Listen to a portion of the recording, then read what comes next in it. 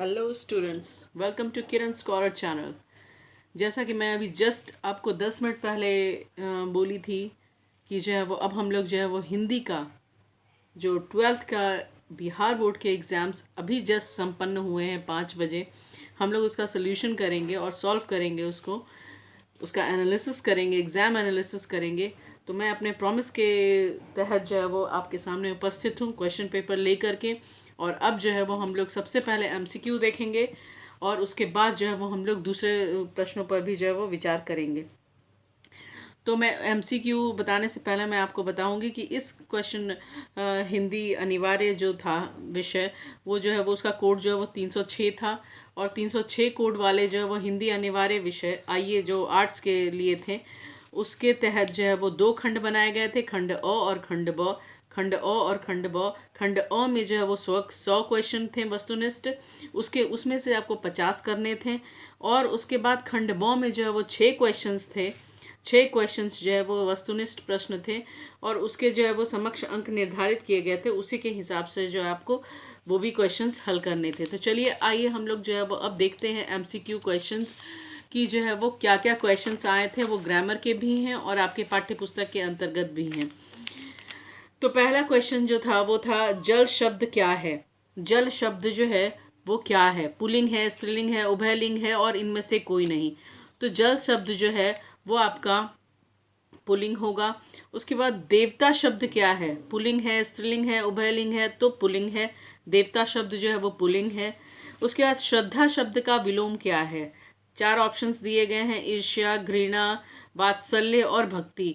तो श्रद्धा शब्द का जो है वो किसी के प्रति आप श्रद्धा प्रकट करते हो, और दूसरा जो है वो उसका उल्टा क्या हो जाएगा, दूसरे के प्रति घृणा घृणा जो है वो आप दिखाते हो। तो आप श्रद्धा का जो है वो यहाँ पे जो है वो भक्ति नहीं करेंगे, ये मैं दूसरे का क्वेश्चन पेपर ली हूँ। तो आप जो है वो श्रद्धा का जो है वो वात्सल्य भी नहीं करेंगे, भक्ति भी नहीं करेंगे, घृणा करेंगे।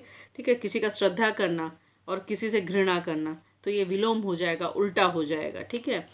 उसके बाद चौथा क्वेश्चन है आपका वार्तालाप शब्द, है ना। चौथा क्वेश्चन आपका क्या है, चौथा क्वेश्चन है आपका कि वार्तालाप वार्तालाप संधि शब्द का संधि विच्छेद क्या होगा। तो वार्ता प्लस आलाप हो जाएगा, वार्ता प्लस आलाप हो जाएगा। ठीक है, वार्तालाप ये वाला हो जाएगा। ठीक है, वार्ता प्लस आलाप हो जाएगा।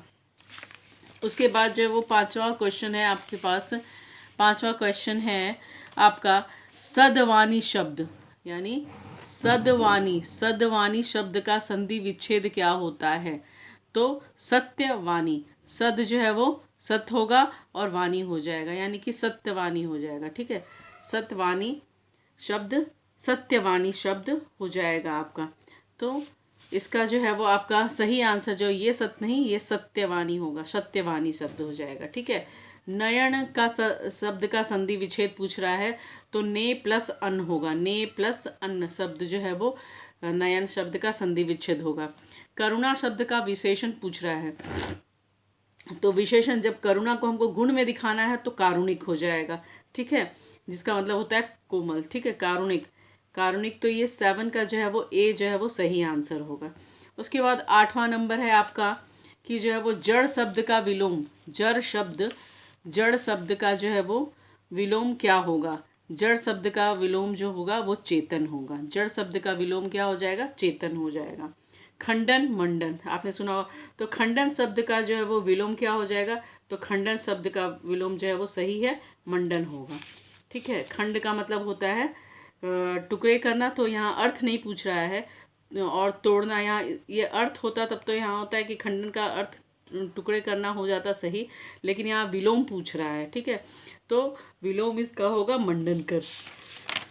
इसके बाद फिर जो है वो हम लोग देखेंगे कि दया शब्द, दया शब्द कौन सा संज्ञा है, मतलब दया जो है, दया का भाव, आप सिंपल आप देख लीजिएगा कि दया जो है वो क्या है, दया का भाव हृदय में जगता है, तो भाव है ये, इसलिए ये जो है वो भाववाचक संज्ञा हो जाएगा। प्रगति और समाज के लेखक का नाम क्या है, तो प्रगति और समाज के लेखक का नाम नामवर सिंह है। ठीक है।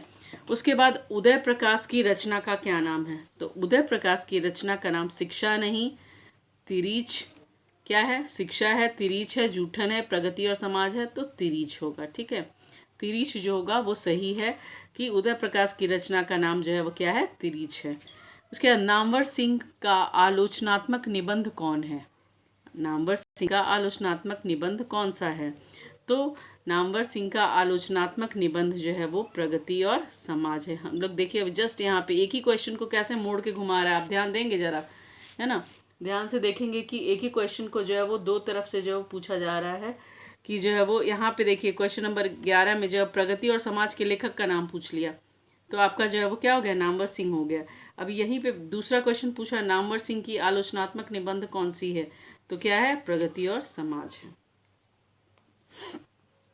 अब जयप्रकाश नारायण की रचना का नाम क्या है? जयप्रकाश नारायण, याद करिए हम लोगों ने क्रांति, संपूर्ण क्रांति के बारे में पढ़ा था ना, तो वो जो है वो संपूर्ण क्रांति किसने किया था? जयप्रकाश नारायण ने किया था। तो उनकी रचना का नाम संपूर्ण क्रांति है। तो जयप्रकाश नारायण की जो है वो रचना का नाम क्या होगा? संपूर्ण क्रांति सही होगा। जयप्रसाद की रचना कौन सी है? तो जयप्रसाद की रचना जो है वो आपका उषा है। ठीक है। उसके बाद देखिए चंद्रधर शर्मा गुलेरी ने कितनी कहानियाँ लिखी हैं? तो चंद्रधर शर्मा गुलेरी ने 3 कहानी लिखी हैं। ठीक है, तीन कहानी लिखी है। बालकृष्ण भट्ट किस काल के रचनाकार हैं? तो बालकृष्ण भट्ट जो है वो भारतेंदु युग के रचनाकार हैं। बातचीत के जरिए भाव बनकर क्या बाहर निकल जाता है? तो बातचीत के जरिए भाव बनकर जो है वो आपका ये द्वेष भी हो सकता है, ईर्ष्या द्वेष जो है वो बाहर निकल जाता है। बातचीत से जो है वो क्या होता है, जो है वो अंदर के जो द्वेष हैं वो जो है वो बाहर निकल जाते हैं। तो आप ईर्ष्या भी लगा सकते हैं, द्वेष भी लगा सकते हैं। ठीक है, ईर्ष्या द्वेष बाहर निकल जाता है। उसके बाद जो है वो इसमें देख लीजिएगा ये तीनों का तीनों जो है वो सही आ रहा है, लेकिन हमारे हिसाब से जो है वो आप कमेंट बॉक्स में करके बताइए कि आपने जो है इसमें से क्या लगाया है। मुझे तो जो है वो ईर्ष्या द्वेष जो है वो लग रहा है। ठीक है, आपने क्या लिखा है वो बताइएगा। अब 19 नंबर में देखिए उसने कहा था शीर्षक कहानी किस वर्ष लिखी गई है? तो उसने कहा था शीर्षक कहानी 1915 में लिखी गई है, ये सही आंसर होगा। ठीक है, लहना सिंह किस देश की ओर से युद्ध कर रहा था? तो लहना सिंह जो है वो फ्रांस की तरफ से जो है वो युद्ध कर रहा था। अब जो है वो 21वां नंबर क्वेश्चन क्या है? देश पर मर मिटने वाले लोग कौन पदबंध है? देखिएगा, ध्यान दीजिएगा। अब पदबंध जो है वो आप जो है वो मैं बताऊं कि पदबंध क्या होता है। पद को बांधना है ना, यानी ऐसे तो हम लोग क्या बोलते हैं कि राम जो है वो राम खाता है, इसमें संज्ञा जो है वो राम है, लेकिन अब राम के बारे में अगर कुछ बोला जाए तो वो संज्ञा पदबंध हो गया। तो सेम चीज़ देश पर मर मिटने वाले लोग जो है वो यहाँ पे क्या है, संज्ञा है, लेकिन देश पर मर मिटने वाले ये सब जो है देश पे मर मिटने वाले जो है वो क्या, लोग, यानी कि ये संज्ञा पदबंध है। ये संज्ञा के बारे में लोग, किस लोग के बारे में बता रहा है? तो देश पर मर मिटने वाले लोगों के बारे में बता रहा है। तो इस सारे को जो है वो हम लोग किस में लेंगे? संज्ञा पदबंध में लेंगे। ठीक है, अब जो है वो नेक्स्ट क्वेश्चन देखिएगा। नेक्स्ट क्वेश्चन है कि जो बादल, क्वेश्चन नंबर 22 देखेंगे आप लोगों का जो सेट अलग अलग होने से जो क्वेश्चन नंबर में डिफरेंस आ सकता है, इसलिए उससे घबराने की आवश्यकता नहीं है। आप सिर्फ आंसर देखेंगे। बादल घिरे और मयूर नाचने लगे, कौन सा वाक्य है? अभी मैं आपको व्याकरण का मैं सीरीज़ जब करवा रही थी, अभी तो हमारे 1.5 महीने ही हुए हैं हमारी किरण स्कॉलर चैनल को जो है वो शुरू हुए, और व्यस्तता के कारण जो है वो हम लोग अभी पूरा जो है वो अभी बढ़ा नहीं रहे हैं, लेकिन आने वाले समय में जो पूरा कोर्सेज जो है वो धीरे धीरे करते कंप्लीट किए जाएंगे। मैं उसमें जो है वो आपको वाक्य विचार में जो है वो पढ़ाई थी कि वाक्य जो है वो 3 प्रकार के होते हैं। जो है वो कौन कौन से होते हैं? तो एक जो है वो सरल वाक्य होते हैं, एक जो होते हैं आपके संयुक्त वाक्य होते हैं, और एक जो होते हैं वो मिश्रित वाक्य होते हैं। ठीक है, तो सरल में जो है वो एक विधेयक और एक जो है वो उद्देश्य होते हैं, ये भी मैं बताई थी। संयुक्त में मैं बताई थी कि जहाँ आपको कोई योजक दिख जाए तो वो जो है वो आपका संयुक्त वाक्य होगा। और मिश्रित में मैं बताई थी कि उपवाक्य जहाँ दिख जाए और आश्रित वाक्य जहाँ दिख जाए तो वो जो है वो आपका क्या हो जाएगा, वो आपका जो है वो मिश्रित उपवाक्य हो जाएगा। तो सेम चीज़ देखिए आप यहाँ पे हमें देखते ही जो है वो यहाँ पे पता चल जा रहा है कि एक योजक चिन्ह है। देखिए आप, बादल घिरे और मयूर नाचने लगे, बादल घिरे और मयूर नाचने लगे, और आ गए यहाँ पे, ध्यान दीजिएगा क्या है, और आ गए हैं यहाँ पे, ये और आ गए हैं, इसलिए जो है वो जहाँ योजक आ जाए, ठीक है, तो वो जो है वो आपका क्या हो जाता है, संयुक्त वाक्य हो जाता है। तो ये संयुक्त वाक्य का उदाहरण है। ग का उच्चारण स्थान ये भी मैंने करवाया हुआ है कि जो है वो व्याकरण के, देखिएगा आप, वर्ण का उच्चारण स्थान, तो सारे का उच्चारण स्थान हमने करवाया था। तो हमने बताया था आपको कि कंठ का उच्चारण स्थान, क वर्ग के सारे जो है वो वर्ण जो होते हैं वो उसका उच्चारण स्थान क्या होता है, कंठ हो जाता है, कंठ हो जाता है। तो जब क वर्ग के सारे हैं, क वर्ग में सारे आ जाते हैं, क ख ग घ, ठीक है, तो उसमें क्या हो गया, ग अगर पूछा जा रहा है तो इसका मतलब है कि ग का उच्चारण स्थान क्या हो जाएगा, कंठ हो जाएगा, ठीक है। फिर च का उच्चारण स्थान भी मैंने आपको बताया था कि च वर्ग की जितनी भी वर्ण है वो जो है वो सब तालु, उसका उच्चारण स्थान क्या हो जाएगा, तो तालु होगा। तो इसलिए जो है वो इसका आंसर भी ए ठीक है, तालु, ठीक है। अब फ का उच्चारण स्थान हमने आपको बताया था कि प वर्ग जो होता है उसका उच्चारण स्थान क्या होता है, ओष्ठ होता है, ओष्ठ होता है। और प वर्ग में जो है वो आपका प, फ, ब, भ भी आ जाता है, इसलिए फ जो है वो सब आता है, इसलिए फ का उच्चारण स्थान क्या हो जाएगा, ओष्ठ हो जाएगा, ये सही है। 25वां का जो है वो आपका फ का उच्चारण स्थान ओष्ठ हो जाएगा।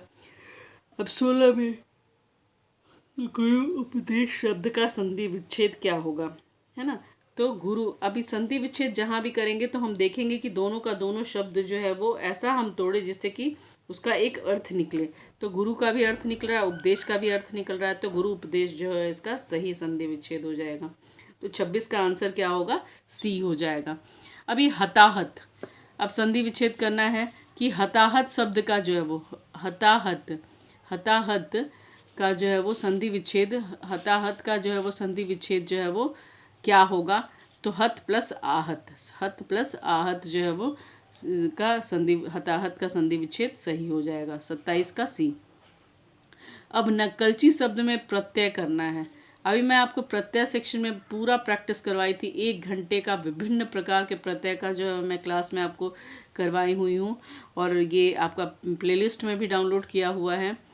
और मैंने बताया है आपको कि जब भी कोई शब्द दिया जाए तो हमें सबसे पहले मूल शब्द, जब भी प्रत्यय हमें निकालना हो तो हमें मूल शब्द को छांटना चाहिए। तो नकलची में जो है वो मूल शब्द क्या है, नकल, मूल शब्द क्या है, नकल है, नकल। तो लास्ट में क्या बच गया, ची बच गया, इसलिए ची जो है वो प्रत्यय हो जाएगा, और नकल जो है वो क्या हो जाएगा, ये मूल शब्द हो जाएगा। नकल जो है वो क्या होगा, ये मूल शब्द हो जाएगा, प्लस ची जो है वो आपका प्रत्यय हो जाएगा, ठीक है।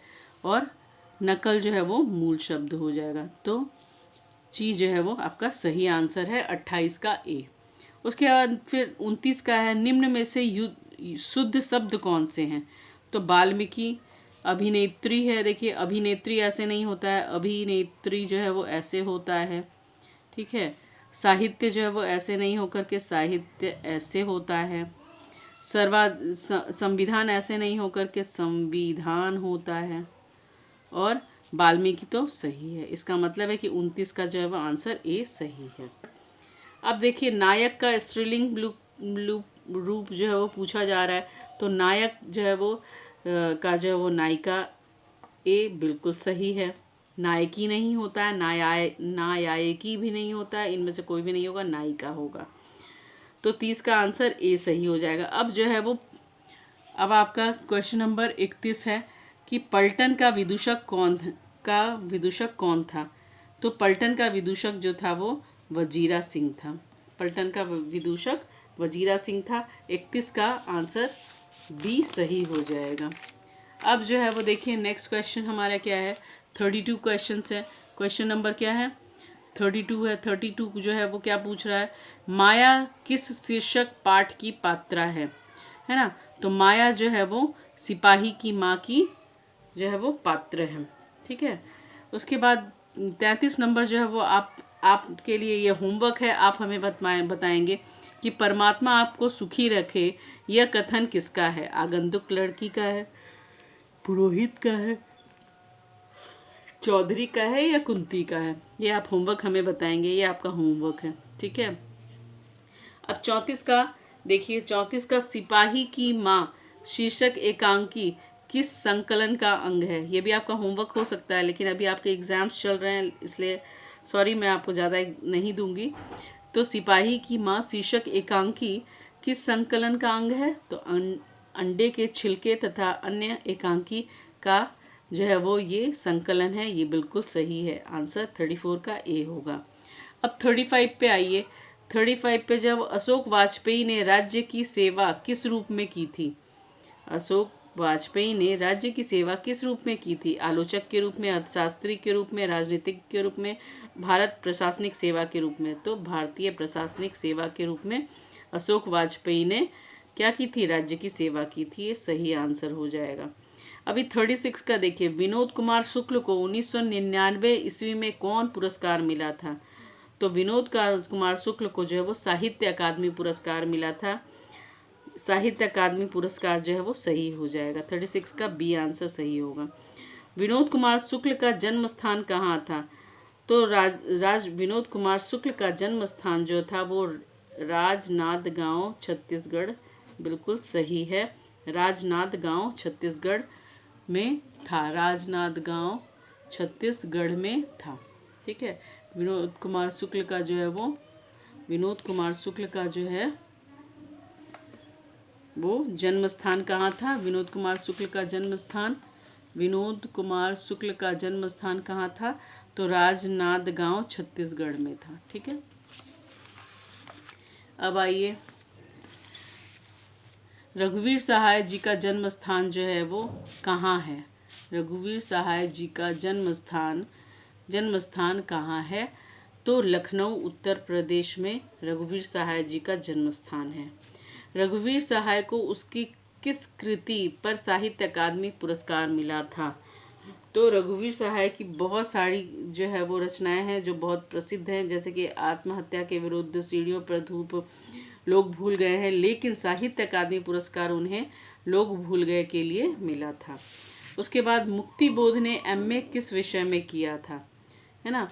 तो मुक्तिबोध को जो है वो अंग्रेज़ी की भी बहुत अच्छी जानकारी थी, इसलिए उन्होंने जो है वो एमए जो है वो उन्होंने अंग्रेज़ी में किया था।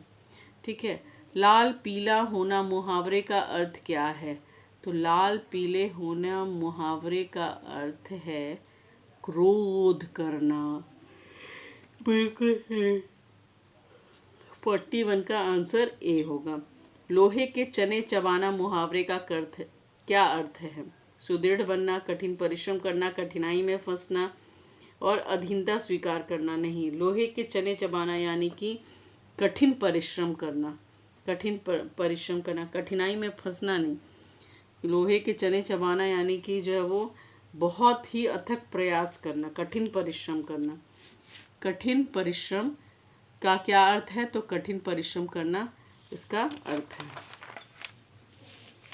अब जो है वो 43 क्वेश्चन नंबर देखेंगे। 43 देखेंगे। 43, निम्न में से शुद्ध शब्द कौन से हैं? तो आस्तिक बिल्कुल सही है। नास्तिक इधर से नहीं होगा। नास्तिक जो है वो आपका नास्तिक ऐसे होगा, पराजित में ऐसे होगा, छोटी की मात्रा होगा। घृणा जो है वो आपका ऐसे होगा।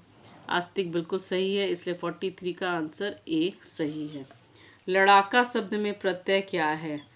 लड़ प्लस आका। लड़, पहले मूल शब्द निकाल लेंगे। लड़, मूल शब्द क्या हो गया? लड़ प्लस आका,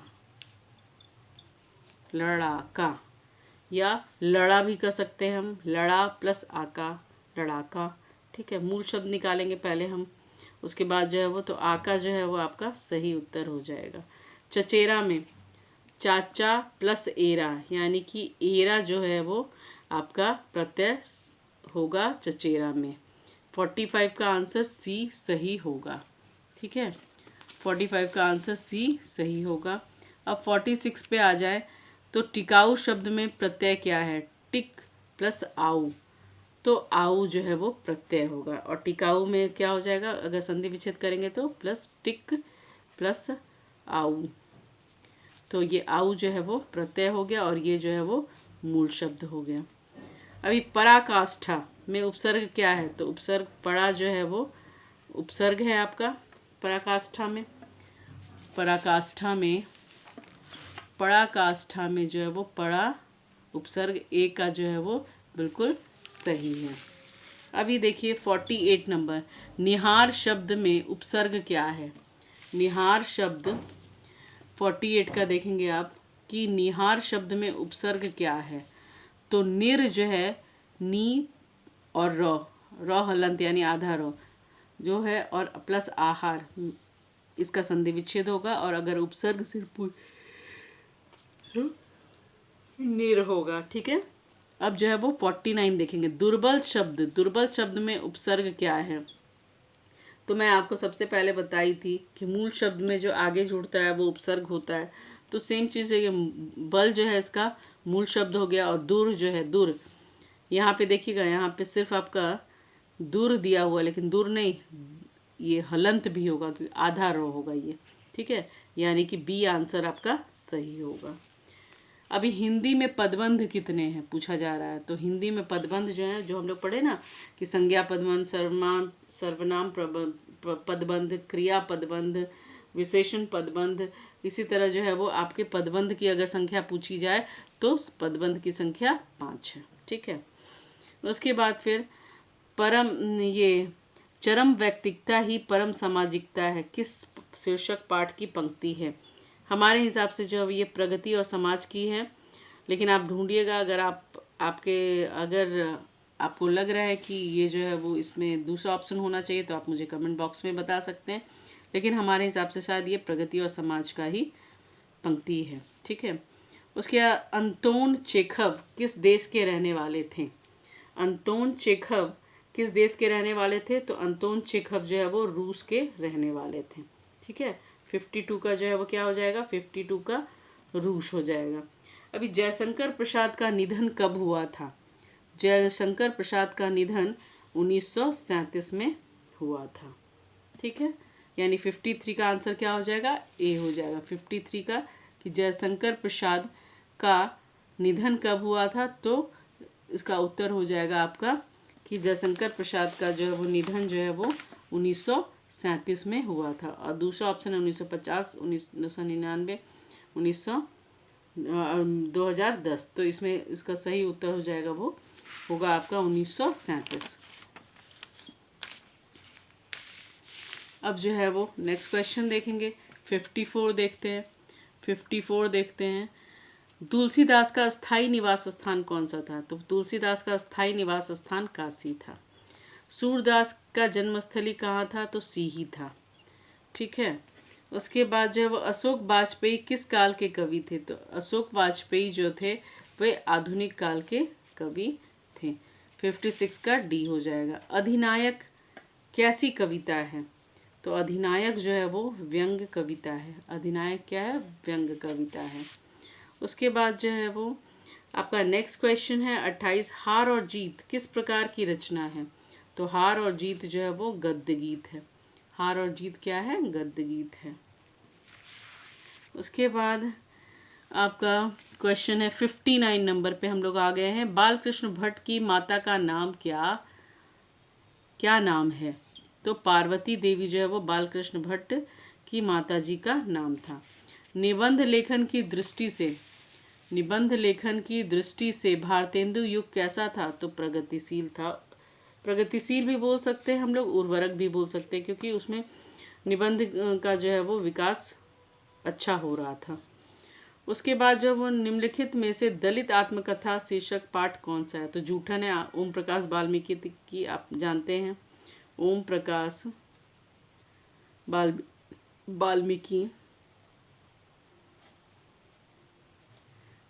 वाल्मीकि की जो है वो रचना है जूठन, जो कि आत्मकथा शीर्षक पाठ से है।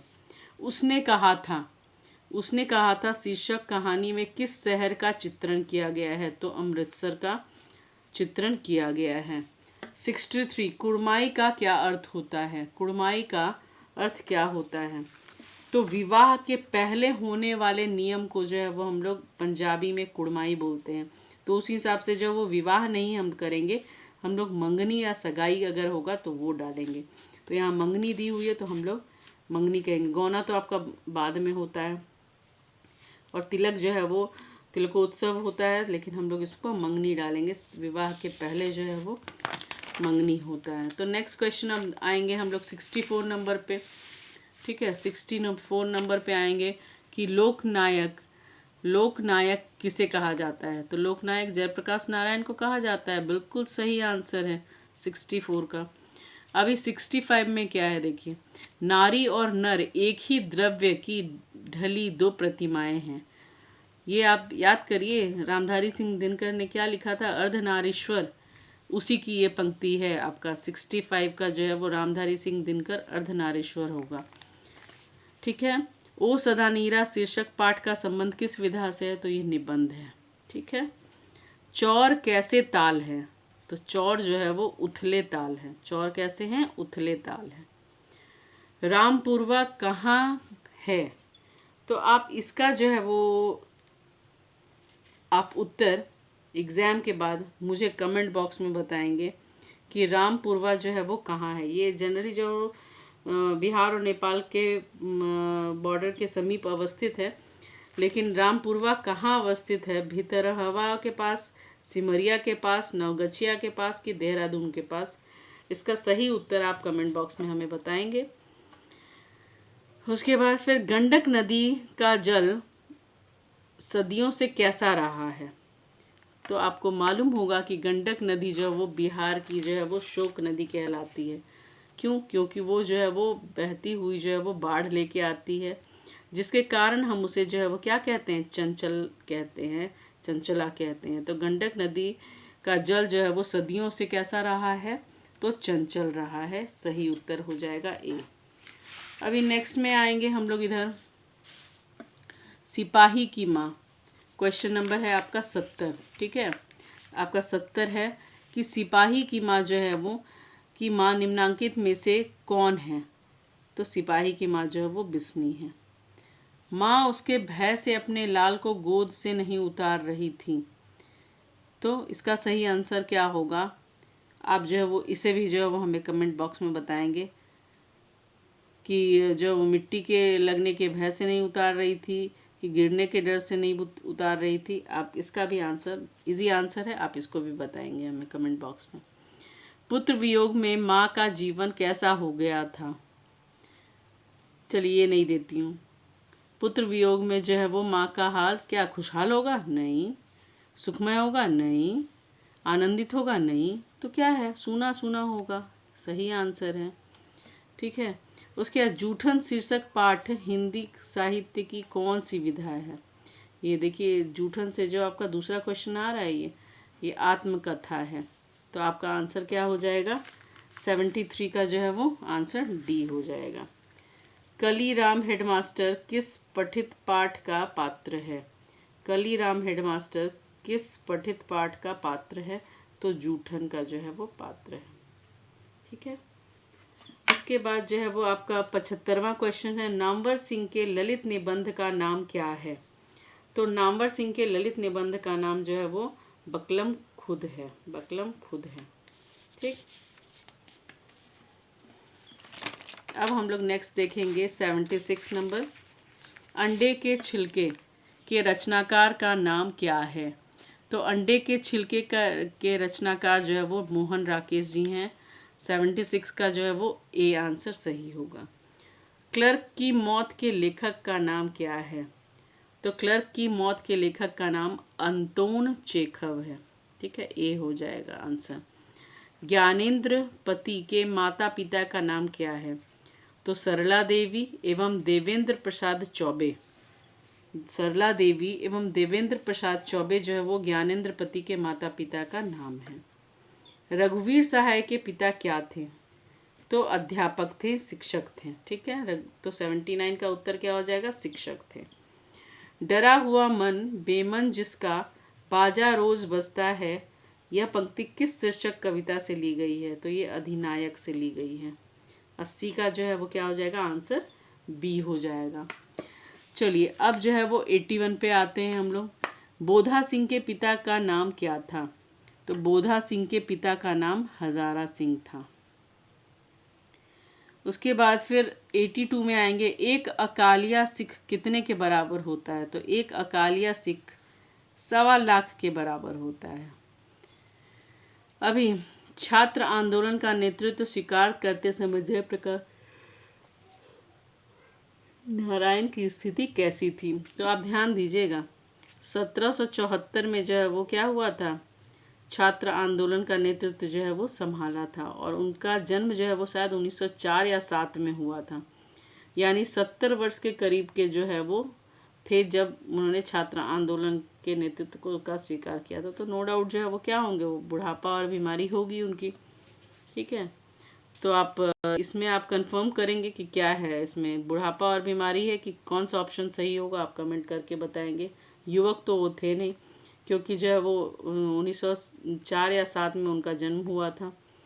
ठीक है, तो वो बूढ़े ही होंगे, 70 वर्ष के। तो पूर्ण स्वस्थ भी नहीं होंगे, शायद युवक भी नहीं होंगे।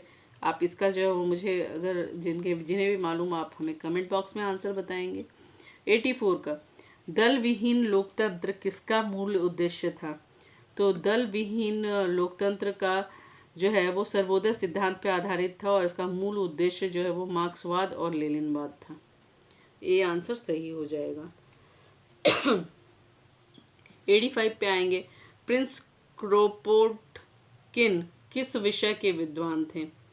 तो प्रिंस क्रोपोटकिन जो है वो दर्शन शास्त्र के विद्वान थे। अब नेक्स्ट में आएंगे हम लोग, फिर ग्रामर सेक्शन आ गया हम लोगों का, कि जो है वो कौवा पेड़ पर बैठा है, ये किस कारक का जो है वो उदाहरण है?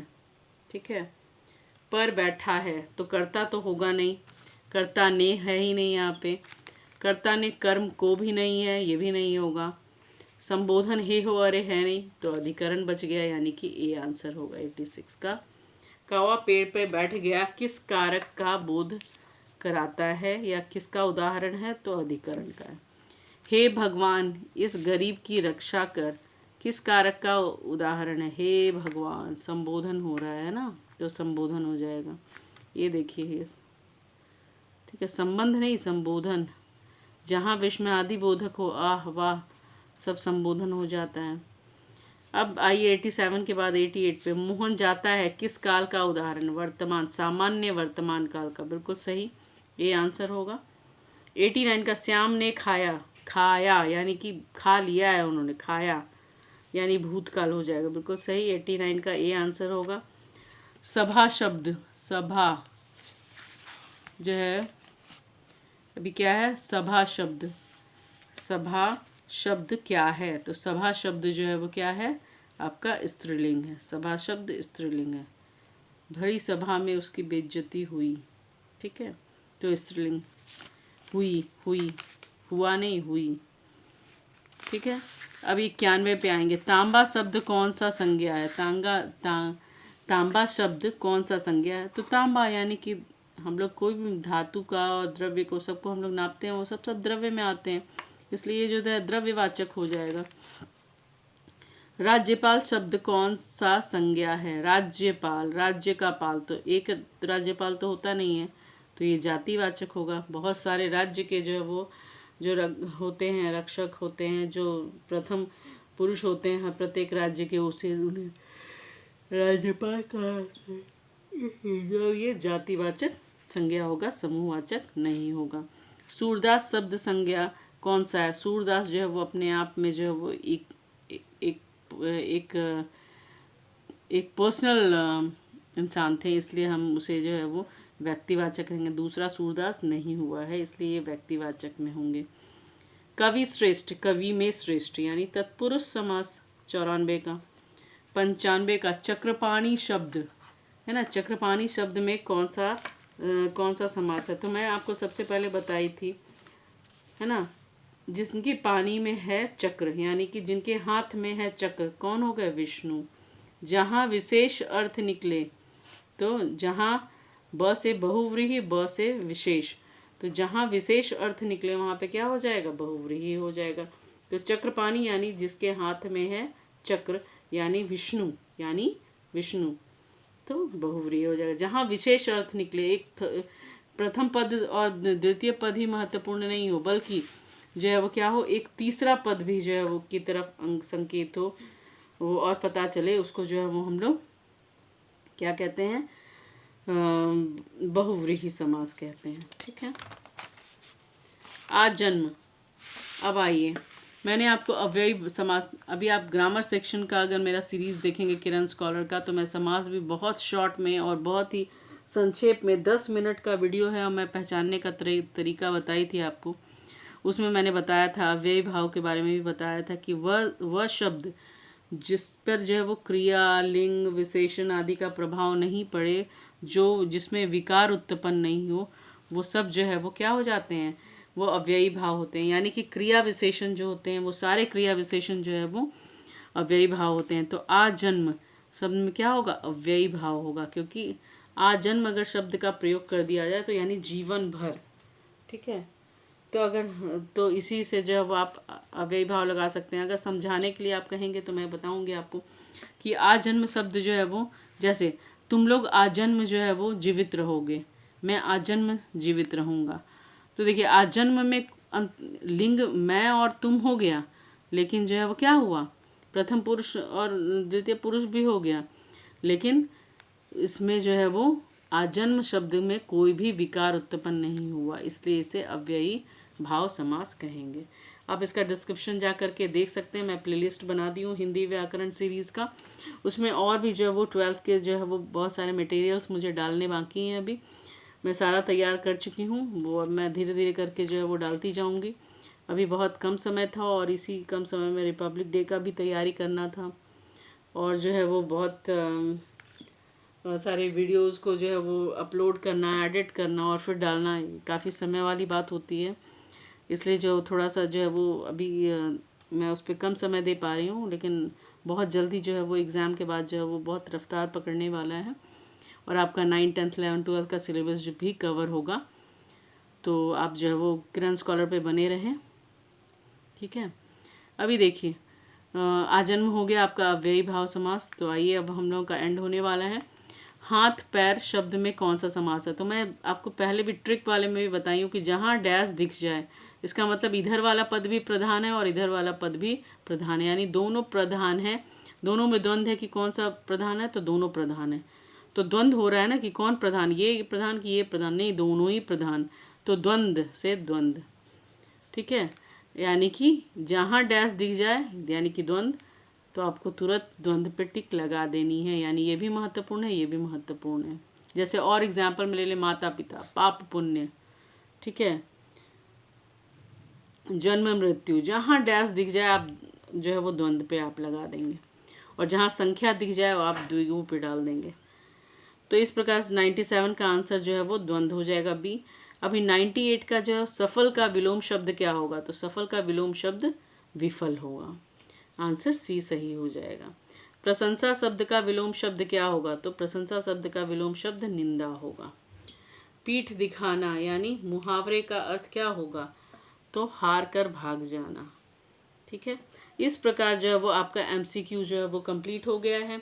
अभी देखिए, मैं निबंध की भी जो सीरीज़ कराई, मैं निबंध का भी जो है वो 10 मिनट का जो क्लास ली थी, उसमें मैं आपको बहुत 4 या 5 टॉपिक दी थी, जिसमें से मुझे बिल्कुल याद है कि मैं आपको मेरे प्रिय कवि या लेखक दी थी। और देखिए ये क्वेश्चन यहाँ आ चुका है, मेरे प्रिय रचनाकार, यानी कि कवि या लेखक आप किसी को भी लिख सकते हैं।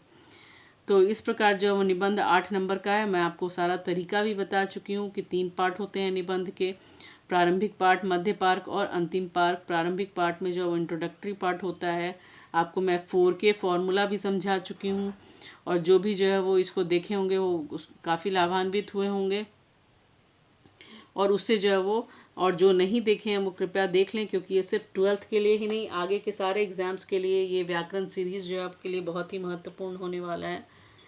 तो ये चीज़ जो है वो आपका, आप वहाँ जाके देख सकते हैं। और भी व्याकरण के बहुत महत्वपूर्ण जो है वो सीरीज़ उसके अंदर डालने बाकी हैं, जो कि आपके कॉम्पिटिटिव एग्ज़ाम्स के लिए भी और 8, 9, 10th, 11th, 12th सभी के जो है वो परीक्षा में जो है वो ग्रामर सीरीज़ आपके उपयोगी होंगे। तो चलिए, यहाँ हमारे जो है वो 5-6 ऑप्शंस दिए गए हैं और हमें 8 नंबर के जो है वो निबंध सॉल्व करने हैं। तो आप सबसे पहले जो है वो आप उसकी रूपरेखा तैयार करेंगे। रूपरेखा तैयार करने के बाद आप सबसे पहले जो है वो उसका प्रस्ताव ये लिखेंगे, प्रारंभिक बिंदु लिखेंगे, ठीक है। उसके बाद जो है उसका मध्य भाग लिखेंगे 3-4 पैराग्राफ में, फिर उपसंहार लिख करके आप एंड कर सकते हैं। इसी प्रकार 2 अवतरण भी आए हैं आपका, 2 अवतरण लिखना है, 4-4 नंबर के हैं। जैसे इसी प्रकार पुरुष भी जो है वो स्त्रियोचित गुण को अपनाकर समाज में स्त्रवैन कहलाने से घबराता है। इस तरह से जो आपका 2 अवतरण भी आए हैं। एक जो है वो आपका निबंध लेखन आया है, जैसे अपने महाविद्यालय के प्रधानाचार्य के पास एक आवेदन लिखें जिसमें मासिक शुल्क माफ़ करने का आग्रह हो। मैं ये भी बताई हुई हूँ आपको, कक्षा में तैयारी करवा चुकी हूँ और वो चीज़ आ चुका है। और ये भी मैं करवा चुकी हूँ कि बैंक प्रबंधक के पास जो है वो आवेदन पत्र कैसे लिखें। ये वीडियो मैं अपलोड नहीं करी हूँ, लेकिन मैं कक्षा में करवा चुकी हूँ। आशा करती हूँ कि आप किए हुए होंगे। उसके बाद जो है फिर क्वेश्चंस आंसर्स तो आपके बुक वाले हैं, बुक के सीरीज़ में हम लोग एक दिन इसको भी सॉल्व कर लेंगे एग्ज़ाम्स के बाद, ठीक है। उसके बाद संक्षेपण है आपका, और संक्षेपण में जो है वो 2 दिए गए हैं। संक्षेपण के लिए भी मैं वीडियो डाल दी हूँ ग्रामर में कि कैसे जो है वो पूरे वर्ड्स को किया जाता है, काउंट किया जाता है और क्या स्टेप्स हमें फॉलो करने होते हैं। आप जो है वो किरण स्कॉलर का जो है वो प्लेलिस्ट में जाके हिंदी व्याकरण सीरीज़ में आप उसको चेक कर सकते हैं, ये सारी बातें उसमें बताई गई हैं। तो अब जो है वो हम लोग कल इंग्लिश का एग्ज़ाम है और हम लोग देखेंगे कि हम लोग जो है वो अच्छा प्रदर्शन करें। आप सभी जो है वो परीक्षा में अपनी बहुत ही अच्छी क्या उपस्थिति दर्ज करते हुए जो है वो अच्छे मार्क्स प्राप्त करें, यही शुभकामना मेरी है। और आप बहुत ही अच्छे तरह से जो है वो इस बोर्ड के 12th की कक्षा की जो परीक्षा में जो है वो नंबर ला करके अव्वल तरीके से जो है वो आप जीत हासिल करें, आप अच्छे भविष्य को गढ़ें और ऊंचा अपना नाम करें, सिर्फ अपना ही नहीं बल्कि माता पिता का, घर परिवार, समाज का और देश का। ऐसी ढेर सारी शुभकामनाओं के साथ मैं किरण स्कॉलर चैनल की ओर से मिसेस किरण +2 फैकल्टी मेंबर देहरी हाई स्कूल, आप सबों का जो है वो धन्यवाद करना चाहूँगी इस कक्षा में। और आशा करती हूँ कि आप ये कक्षा को पसंद करेंगे। अगर आप पसंद कर रहे हैं तो आप लाइक, शेयर एंड सब्सक्राइब ज़रूर करें। आगे भी जो है वो आपको दूसरे प्रश्न पत्रों का जो है वो एग्ज़ाम एनालिसिस मिलता रहेगा। Thank you very much.